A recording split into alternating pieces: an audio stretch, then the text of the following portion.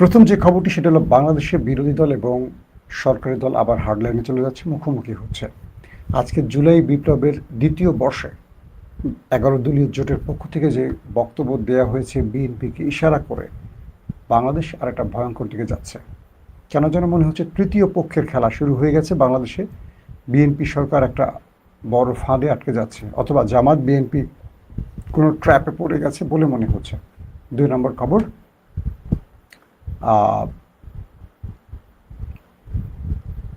Iran মধ্যপ্রাচ্য থেকে কিংবা হরমুজ প্রণালী থেকে এবার আউট করে দিল আমেরিকাকে। অসাধারণ এক চালে আমেরিকাকে পুরো ব্যর্থ করে দিল ইরান। পাশাপাশি হুতিরা এবার জোরে সোরে আবারও সৌদি তেলের ট্যাঙ্কারে হামলা করেছে। বেশ কিছু খবর আজকের আলোচনায় রাখবো। প্রথমে আমি মধ্যপ্রাচ্যের খবরগুলো দিয়ে চলে যাব আপনাদের কাছে, অর্থাৎ বাংলাদেশের খবর প্রসঙ্গে। তো মধ্যপ্রাচ্যের প্রথম যে খবরটি দিতে চাচ্ছি, ইতিমধ্যে দুটো দেশের মধ্যে আলোচনা চলছে। সেই আলোচনার প্রধান বিষয়টি হলো হরমুজ প্রণালী কিভাবে চলবে, ইরান টাকা নেবে কি নেবে না। তো কিছু গণমাধ্যম কি বলছে, ইরানের রাষ্ট্রীয় সম্প্রচার মাধ্যম IRIB একটি নির্ভরযোগ্য সূত্রের বরাত দিয়ে জানিয়েছে যে হরমুজ প্রণালী নিয়ে ইরান ও ওমানের মধ্যে চলমান আলোচনার সঙ্গে যুক্তরাষ্ট্রের কোনো সম্পর্ক নেই। এখানে মূল খেলাটা কি আমি একটু পরে বিস্তারিত বলবো। অসাধারণ একটা খেলা খেলছে ইরান, সেটার ইঙ্গিত দিয়ে গেলাম। দ্বিতীয় যে বিষয়টি সেটি হলো, এর আগে মার্কিন পররাষ্ট্রমন্ত্রী মার্ক রুবিও প্রণালীটি নিয়ে আলোচনার অগ্রগতির কথা জানিয়েছিলেন। অন্যদিকে মার্কিন অর্থমন্ত্রী স্কট বেসেন্ট ইঙ্গিত দিয়েছেন যে আজ বা কালকের মধ্যে একটি চুক্তি হতে পারে। পাশাপাশি হুতিরা দাবি করেছে তারা উত্তর লোহিত সাগরে ওয়াফা নামের একটি সৌদি তেলের ট্যাঙ্কারে ব্যালিস্টিক ক্ষেপণাস্ত্র দিয়ে হামলা চালিয়েছে। আসেন এবার আপনাদের কয়েকটা খবরের বিশ্লেষণ আগে একটু তুলে ধরার চেষ্টা করি। আমেরিকার মূল কৌশলটা কি ছিল? আমেরিকা এখান থেকে ইরানকে হটিয়ে নিজেরা দায়িত্ব নেবে, নিয়ে এই অঞ্চল দিয়ে বিলিয়ন বিলিয়ন ডলার তারা কামাই করবে। ট্রাম্প সেই ঘোষণাটা দিয়েছিল যে এই অঞ্চলে আমেরিকা নিরাপত্তা দেবে সব জাহাজকে, বিনিময়ে প্রতিটি জাহাজ 20% টাকা বা টোল দিয়ে যাবে আমেরিকাকে। মানে ইরান কিন্তু এত চায় না, ইরান অনেক কম চেয়েছে। তো আমেরিকা এই অঞ্চলে ইরানের জলসীমায় এসে নিরাপত্তা দিয়ে তারা নিজেরা এটাকে দখল করার একটা পরিকল্পনা করেছিল। এখন কি হলো, তারা নেভাল ব্লকেড দিয়ে হরমুজ আটকাবার চেষ্টা করলো। ইরান সেই নেভাল ব্লকেডকে টার্গেট করে সিরিজ অ্যাটাক করে করে করে করে দুর্বল করলো, মধ্যপ্রাচ্যে মেরে আমেরিকাকে তক্তা বানায় দিল। ওকে, আমেরিকার 80% প্যাট্রিয়ট মিসাইল শেষ হয়ে গেছে, থার্ড মিসাইল শেষ হয়ে গেছে, যে কারণে তারা মার খেয়ে কাতার এবং পাকিস্তানের মধ্যস্থতা যুদ্ধবিরতির প্রস্তাব আবার দিয়েছে, কারণ তাদের অস্ত্র ফুরিয়ে আসছে। এই সময়টিতে ইরান থামেনি, ইরান সারপ্রাইজ অ্যাটাকও করেছে।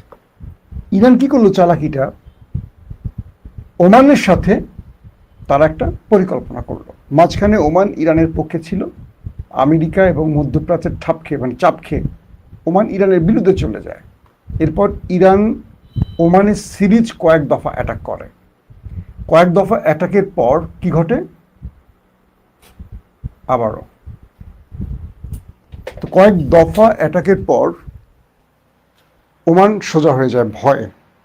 কারণ ওমান বুঝতে পারে যে আমেরিকার পক্ষে থাকলে ইরান তাদেরকে ছাড়বে না। ইরান তাদের কন্টিনিউ এভাবে হামলা করে বাকি আরবের মতো শেষ করে ফেলবে। এই ভয়টিতে ওমান আবার ইরানকে প্রস্তাব পাঠায় যে আমরা তোমার সাথে আলোচনা করতে চাই, তুমি আমাদেরকে আর ধোলাই টোলাই দিও না। ইরান কি করে, ওমানের কথা রাখে, ঠিক আছে তোমাকে আর ধোলাই দেব না, কুয়েত কাতার জর্ডানের মতো তোমাকে আর মারবো না। কারণ যেহেতু ইরানের মিত্র বন্ধু ওমান, মাইরা মানে মাঝে মাঝে বড় ভাইরা ছোট ভাইদের মাইরা সঠিক রাস্তা চিনায় এরকম।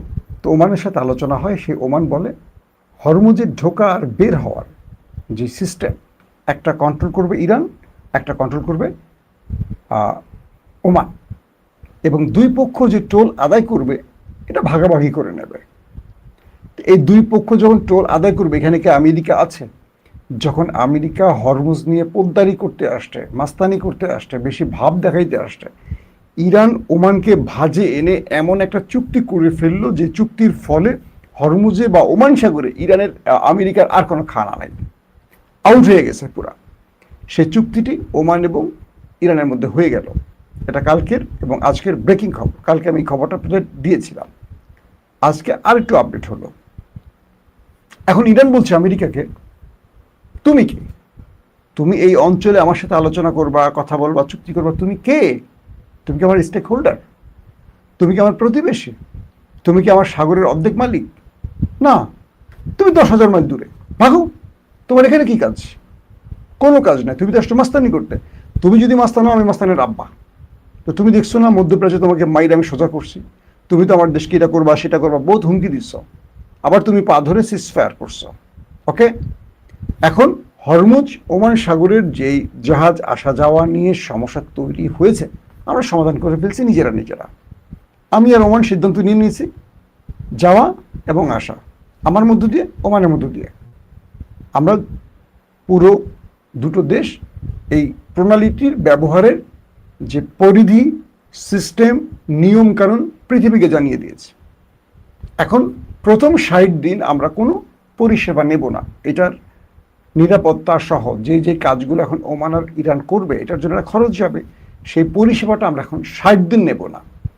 60 দিন পর থেকে এই অঞ্চলে পরিষেবা গ্রহণ করা শুরু হবে, এবং যেই পরিষেবাটা আসবে এটা ইরান এবং ওমান নেবে। তুমি আমেরিকা চলে যাও। এখন আমেরিকা কি করবে? আমেরিকা একটা পুরো মাইনকা চিপায় পড়ে গেছে, কারণ ওমান এবং ইরানের এই খেলায় আমেরিকার আর কোনো খানা নেই। বিষয়টা বোঝেন নেই?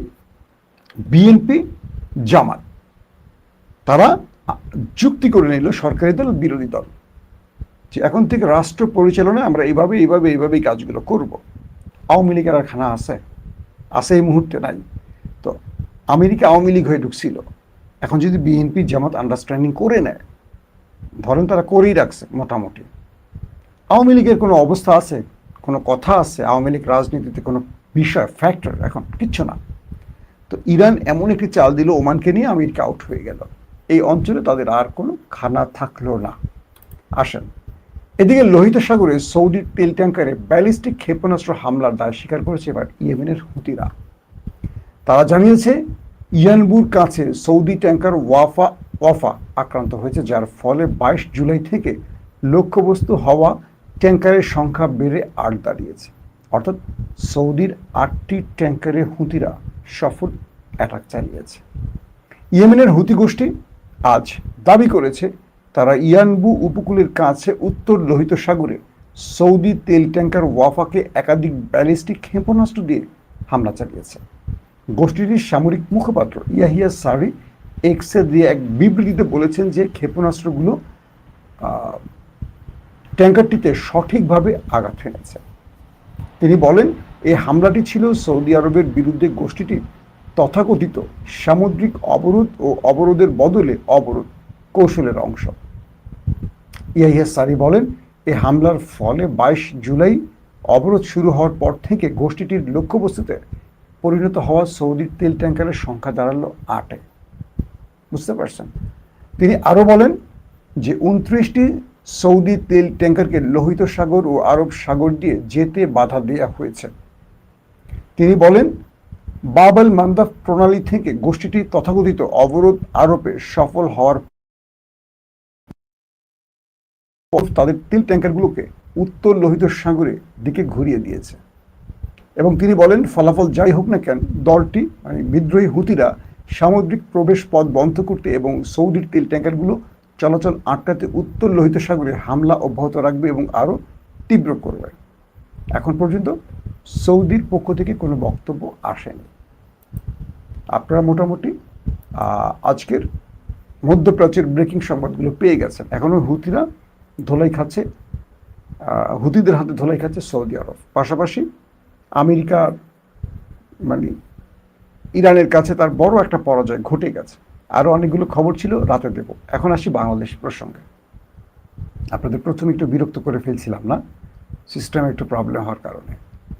আজকে বায়তুল মুকাররমের উত্তর গেটে বোধ হয়, জুলাইয়ের দ্বিতীয় বর্ষ পালন করছে 11 দলীয় জোট। সেই 11 দলীয় জোটের প্রোগ্রামে মোটামুটি 11 দলের সব নেতারা আসছেন। জামাতের আমির ডক্টর শফিক, আক্তার হোসেন, নাসিরউদ্দিন পাটোয়ারি, মামুনুল হক সহ সব পক্ষের বক্তব্য আসে।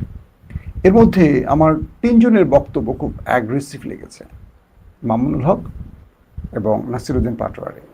আর জামাতের আমিরের বক্তব্যটি খুব কৌশলী, অ্যাগ্রেসিভ এবং থ্রেট, 3টি মনে হয়েছে আমার। তিনি বলছেন, ডক্টর শফিক বলছেন যে আপনারা কার ইশারা, তারেক রহমানকে বলছেন যে আপনারা কার ইশারায় জাতিকে দেয়া ওয়াদা ভঙ্গ করছেন। অর্থাৎ তিনি বলছেন যে একজন মায়ের দুটো যমজ সন্তান, একই চেহারা, একই দিন হয়েছে, সব এক, কিন্তু মা একজনকে কখনো দুধ দেয় না, মা দুজনকে দুধ দেয়।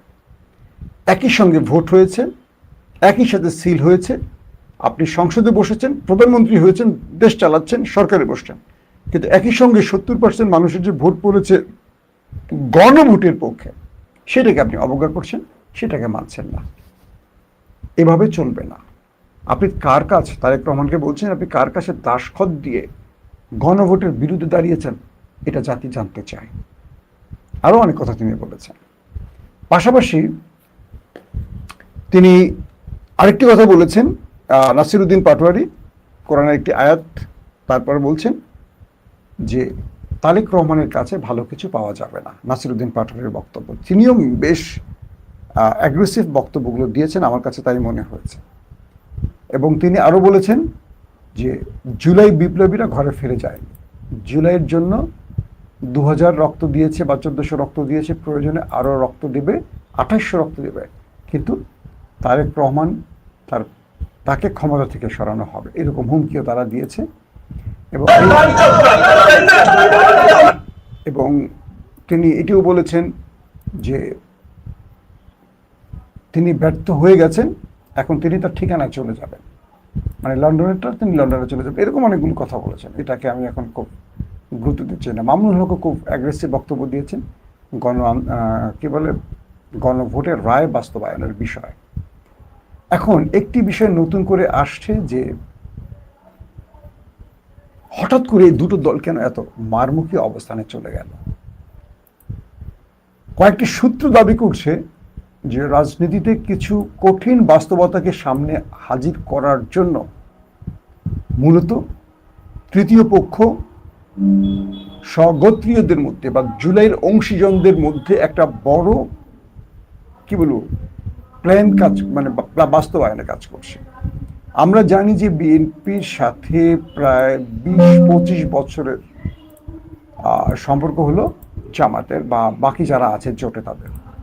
কিন্তু ইন্টারেস্টিং ব্যাপার হলো যে হঠাৎ করে তারা নির্বাচিত হওয়ার পর এখন দেশটা চলবে ভালোভাবে, তাই না? কিন্তু আমরা দেখতে পাচ্ছি যে দুটো গ্রুপের মধ্যে হঠাৎ করে লেগে গেছে বড় কেওয়াজ, এবং এই কেওয়াজের ফলে তৃতীয় পক্ষ তাদের পরিকল্পনা বা ষড়যন্ত্র বাস্তবায়নের দুর্দান্ত পদক্ষেপ নিয়ে এখন এগুচ্ছে, মানে তারা সফল। দর্শক, আমরা আপনাদেরকে একটা ভিডিও দেখাই, আপনারা অনেকে ভিডিও দেখাতে বলেন, দেখেন তো এই দৃশ্যগুলোকে আপনারা সাপোর্ট করেন কিনা। মানে 24-এর বিজয়ের পর একটা নতুন বাংলাদেশে এই ভিডিওগুলোকে কারা কারা সাপোর্ট করেন আমাকে একটু বলবেন।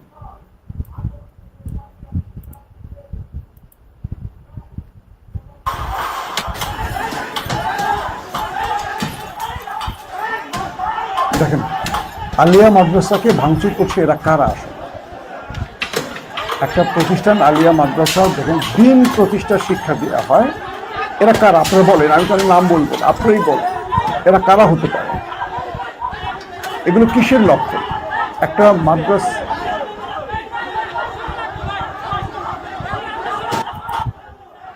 আমাকে বলেন একটা দিনই প্রতিষ্ঠানে এভাবে হামলা কারা করতে পারে? এই চেহারাগুলো দেখে কাদের মনে হচ্ছে এই টোকাইগুলো কোত্থেকে আসছে বলে ধারণা করছেন, এবং এই রাষ্ট্রকে তারা কোথায় নিতে চাচ্ছে?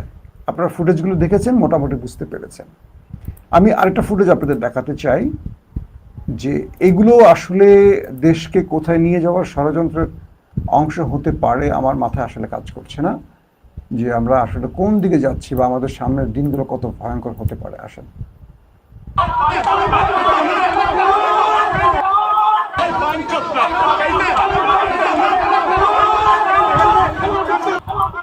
আমরা দেখছি রবিউল ইসলাম নয়ন, তিনি ওই বাইনচোতরা বলে হাতের পাইপ দিয়ে তার সহগোত্রীয়দের, তাদের দলের লোকদেরকে পিটাচ্ছে, তোরা পিছনে যাচ্ছিস, আয় সামনে আয়, ছাত্র শিবির পিটিয়ে আসে মুখোমুখি গালিগালাজ করে, এবং দেখেন ধাক্কা ধাক্কা মেরে নিজের লোকদেরকে নিচে ফেলে দিচ্ছে। দেখেন এই দেখেন।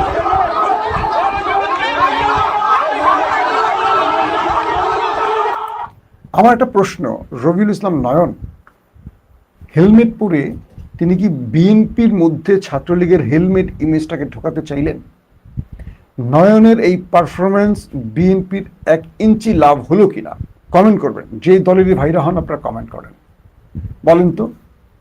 ছাত্রলীগ যে দৃশ্যায়নে, ছাত্রলীগ যে চেহারা দেখিয়ে দেশ থেকে বিতাড়িত হয়েছে, এবং ছাত্রলীগদের দেশ ছাড়া করতে যে জাতির পুরো জাতি এক হয়ে গেছে, সেই পোশাক পরে, সেই চেহারায়, সেই রূপে, সেই অ্যাক্টিভিস্ট, মানে কি বলবো, সেই চরিত্রগুলোকে ধারণ করে হঠাৎ যুবদল ছাত্রদল মাঠে নামলো। এটা কি বিএনপির জন্য লাভের, কল্যাণের, মঙ্গলের? এই কথাগুলো বললে এখন বিএনপির 3 নম্বর কাতারের মূর্খ গণ্ড ছাগল পাগলগুলো বলবে আপনি তো বিএনপির বিরুদ্ধে বলছেন। না, বিএনপির পক্ষে বলছে। গর্ধব, তোর মস্তিষ্কে যদি মাল থাকে, গোবর না থেকে, তুই বুঝবি। আওয়ামী লীগ যা করে পচে গেছে, আওয়ামী লীগ যা করে দেশ ছাড়া হয়েছে, সেই কাজগুলো যদি বিএনপি করে, এটা বিএনপির জন্য লাভের। যারা ক্ষমতায় আছে, যারা এখন শান্তি মানে একটা বিরাজ করবে, সুশাসন তৈরি করবে, মানুষের মধ্যে আস্থা তৈরি করবে, এবং তারা 5 বছর পর আরো 5 বছর, তারপর আরো 5 বছর, এইভাবে একটা লং টাইম ক্ষমতা থাকবে, সেই দলটা যদি 5 মাসের মধ্যে এই পরিস্থিতি তৈরি করে, মানুষের আস্থা কোথায় যাবে? বাংলাদেশের মিডিয়া কি বলে এখন মানুষ আর ধর্তব্যে নেয় না, গোনেই না। প্রতিটা বিষয় সোশ্যাল মিডিয়ায় চলে আসে। নয়ন কি গালি দিল, কি করলো, কোন ভাষায় করলো, কোথায় মারলো, কি করলো, এভরিথিং সোশ্যাল মিডিয়ায় আসেনি। এখন বিএনপি যদি মনে করে যে তাদের দৈনিক দিনকাল, যে পত্রিকাটি 1 কপি বিক্রি হয় না, এটা দিয়ে তারা দেশ স্বাধীন করে ফেলবে, বা তারা তাদের শক্তি দেখিয়ে 71 TV, 72 TV, 74 TV, 76 TV, 52 TV, 47 TV দিয়ে দেশ কন্ট্রোল করবে, ইম্পসিবল। বাংলাদেশের সব টেলিভিশন বন্ধ হয়ে গিয়েছিল হাসিনা পতনের সময়, কোনো টিভির উপর নির্ভর করে দেশ স্বাধীন হয়নি। বাংলাদেশের মানুষ ইন্টারনেট বন্ধের পর থেমে থাকেনি। বিষয়টা হলো সোশ্যাল মিডিয়ার যুগে টিভি তো দেখে না। আমি তো কয়েক মাস টিভি দেখি না। বিশ্বকাপ খেলা যেদিন আমার পছন্দের দল খেলে, সেদিন একটু টিভি দেখছি, জীবনে বহুদিন পর। যে মানুষ 25-26 বছর টেলিভিশনে চাকরি করছে, সেটাই মানুষ আমি টিভি দেখি না। তো বাকি মানুষ টিভি দেখে এই সোশ্যাল মিডিয়ার যুগে? তো টিভি টক শো, টিভির সংবাদ কেউ দেখে? তো টিভি আলাদাকে প্রচুর বিজ্ঞাপন দিয়ে, টাকা দিয়ে আপনি কিনে ফেলতে পারবেন। টিভি কোনো ভূমিকা রাখে না, কারণ শেখ হাসিনা এই টেলিভিশনগুলো সব কিনে ফেলছিল। এই টেলিভিশনগুলো ছাত্র আন্দোলন বন্ধ করতে পারেনি। সব টেলিভিশন ছাত্রদের বিপক্ষে ন্যারেটিভ তৈরি করছে, হাসিনার পক্ষে ন্যারেটিভ তৈরি করছে, কিন্তু মানুষ রাস্তায় নেমে হাসিনাকে বিদায় করেছে। তার মানে এই মিডিয়ার কোনো ভ্যালু নেই বাংলাদেশে, মানে না মানে। কারণ বাংলাদেশের মানুষ জানে মিডিয়া করাপ্টেড হয়ে গেছে, মিডিয়া 2 নম্বর হয়ে গেছে, ক্ষমতাসীনদের পক্ষের মিডিয়া হয়ে গেছে। সো এই মিডিয়ার কোনো ভ্যালু বাংলাদেশে নাই। আসেন, এই দৃশ্যগুলো কি প্রমাণ করে? নয়ন বিএনপিকে ডোবালো হেলমেটটা পরে। যে ছাত্রলীগ হেলমেট লীগ ছিল, এখন হেলমেট দল বানালো না নয়ন? যেই 15 বছর ধরে আমরা যাদেরকে হেলমেট লীগ, চাপাতি লীগ, এই লীগ সেই লীগ বলছি, দেখেন শেষ পর্যন্ত বিএনপিকে কারা ডোবাচ্ছে। এই পেশি শক্তির রাজনীতি 26 এসে চলবে? আমার খুব দুঃখ লাগে। এই দলটা এত নির্যাতিত, এত সাফার করা, আর এই দলটার মধ্যে এই আগাছাগুলো, সন্ত্রাসীগুলো এবং বিবেক বুদ্ধিহীন গর্ধব মাথার পলিটিশিয়ানগুলো নিজেকে জাহির করার জন্য, নিজের একটা পদের জন্য এরা এই কাজগুলো করে দলটাকে পচাচ্ছে। বাংলাদেশের প্রত্যেকটা মানুষের হাতে স্মার্টফোন, তাদের কথা শোনেন। ঘরের গৃহিণীরা কি বলে, বাচ্চারা কি বলে, স্কুল ছাত্ররা কি বলে, যারা পলিটিক্স করে না, বিএনপিকে ছিছি করতেছে। আমি খুব বিনয়ের সাথে বলবো, এইসব নয়নদের দল থেকে বহিষ্কার করেন। এরা দলের জন্য সম্পদ নয়, বোঝা। এরা নিজের আখের গোছাতে এগুলো করে। মাঝখান থেকে দল মাসুল দেয়। ছাত্রলীগ মাঠে নামার পর আন্দোলন জোরালো হয়েছে না? মনে আছে? 24শে জুলাইয়ের কথা বলছি। আপনি যখন পেটোয়া বাহিনী নামাবেন, আপনি যখন সন্ত্রাসী বাহিনী নামাবেন, আন্দোলন তীব্র হবে। এই দেশ এখন পর্যন্ত তারেক রহমানের কন্ট্রোলে আছে, কারণ বিরোধী দল তারেক রহমানকে হটানোর আন্দোলনের নামেনি। কিন্তু আজকে জুলাই দ্বিতীয় বর্ষে তারা যে বক্তব্যগুলো দিয়েছে, খুব ভয়ঙ্কর বক্তব্য দিয়েছে। তার মানে তারা বলছে যে আমরা তারেক রহমানকে ছাড় দেবো না, তার পতনে এখন আমরা মাঠে নামবো। এই ঘোষণার মানে কি? তারেক রহমানকে জানেন না তিনি 212, 15, 20 যতগুলি আসন পেয়েছেন, কিভাবে পেয়েছেন, কিভাবে জামাতের আসন কেটে এখানে যুক্ত করা হয়েছে, এস্টাবলিশমেন্ট কি করছে, এটা কে জানে না? আমি মিডিয়া কর্মী, আমি জানি, আমার জনগণ জানে, কে জানে না? আমার মনে হচ্ছে হিসাবে আমরা ভুল করছি। তৃতীয় পক্ষ যেভাবে খেলতে চাচ্ছে বিএনপি জামাত, সেই ফাঁদে পড়ে গেছে। তাহলে দায়িত্ব কার বেশি, জামাতে না বিএনপির? অবশ্যই বিএনপির। তারা সরকারে আছে। জগন্নাথে, রোকেয়ায়, ঢাকা আলিয়ায়, ঢাকা কলেজে যা ঘটছে, আগামীতে আরো কয়েকটা জায়গায় ঘটবে। মনে রাখবেন, এই সরকার এভাবে চলতে থাকলে আগামী কয়েক মাসের মধ্যে বড় রকম বিপদে পড়ে যাবে। যে বিপদ থেকে সরকারকে রক্ষা কেউ পাবে না, কারণ নেপথ্যে যারা খেলছে তারা এটাই চায়। সো আমি চাই জুলাইয়ের অংশীজনরা এক হয়ে যান। গত 20-25 বছর বিএনপি জামাত যেভাবে আপন ভাইয়ের মতো ছিলেন, বুকের সাথে বুক লাগিয়ে হাত ধরে একসাথে রক্ত দিয়েছেন, একসাথে মার খেয়েছেন, একসাথে বৃষ্টিতে ভিজেছেন, একসাথে জেল খেটেছেন, এই একসাথে আবার দেশটা গড়েন, আবার একসাথে দেশটা গড়েন। দেশটা আপনারা গড়তে পারলে জনগণ চয়েস করে নিবে। আপনাদের টেলিভিশন টকশোতে রাশেদের বক্তব্য কেউ শোনে না, নুরুল হকের বক্তব্য কেউ শোনে না, শাহেদ আলমের বক্তব্য কেউ শোনে না, ডক্টর জাহিদের বক্তব্য কেউ শোনে না। জনগণ চোখে দেখে, এখন বক্তব্য শোনে না। আমি আবারও বলছি, আপনাদের এই ন্যারেটিভ, আমি মাসুম মাহবুব আপনাদের যত কথা বলি, যদি প্রমাণ না থাকে, আপনারা না দেখেন, আমার কথা বিশ্বাস করবেন? আমি তো আউলিয়া না। সো জনগণকে চোখে দেখার মতো ভালো কিছু করেন। যুবদল, ছাত্রদলকে ছাত্রলীগ, যুবলীগ হওয়া থেকে রক্ষা করেন। এই দলটা আমাদের ভালোবাসার, এই দলটাকে এভাবে শেষ করবেন না। দেশটাকে রক্ষা করতে হলে নিজেরা, জুলাই অংশীজনরা মিলে সিদ্ধান্ত নেন, গণভোটের রায় মেনে নেন। এটার জন্য অনেক বড় মাসুল দিতে হতে পারে, কারণ বিএনপি আবার বিরোধী শিবিরে গেলে এই গণভোটের রায়গুলো বিএনপির প্রধান দাবি হবে। সরকারে বসলে বিএনপি কেন আওয়ামী লীগের আচরণ তাহলে করবে? যে দাবি বিএনপি এখন মানছে না, সেই দাবি তো আওয়ামী লীগও মানেনি। এখন আওয়ামী লীগকে জিজ্ঞেস করেন, আওয়ামী লীগ এই দাবিগুলো সব মানবে, কারণ তারা এখন বিরোধী শিবিরে বা ক্ষমতায় নেই। এখন বিএনপি একটাও মানতে রাজি না। বিএনপি ক্ষমতা হারাক, বিএনপি বলবে, আবার মিছিল করবে, গণভোটের রায় বাস্তবায়ন করো। যারা নিজেরাই বাস্তবায়ন করেনি ক্ষমতা, তারা বিরোধী চেয়ারে গেলে করবে।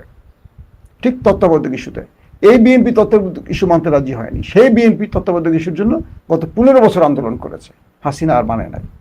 এই দুটো দল ক্ষমতায় বসলে দাবি একটা করে, বিরোধী দলগুলো দাবি একটা করে। এরা জনগণের দাবি নিয়ে এরা ক্ষমতাকে স্থায়ী করার জন্য দাবি করে। এই দাবিগুলো জনগণের সাথে সম্পৃক্ত থাকে না, এবং মানুষ এদেরকে প্রতারক বা বেঈমান বা মির্জাফর হিসাবে চেনে। সো কালকে বিএনপিকে বিরোধী শিবিরে যেতে হবে, এটা মাথায় রেখে দাবিগুলো এখন বাস্তবায়ন করা উচিত। চিরস্থায়ী তো না কারো ক্ষমতা। আমি আবারও বলবো, তৃতীয় পক্ষকে, আমাদের শত্রুকে, দিল্লিকে, আমাদের এজেন্সি, কারো ফাঁদে পড়বেন না। রাষ্ট্রকে 5 মাসে একটা ভয়ঙ্কর দিকে নিয়ে যাচ্ছে। এখান থেকে সবাই সম্মিলিতভাবে দেশটাকে রক্ষা করেন। আল্লাহ হাফেজ।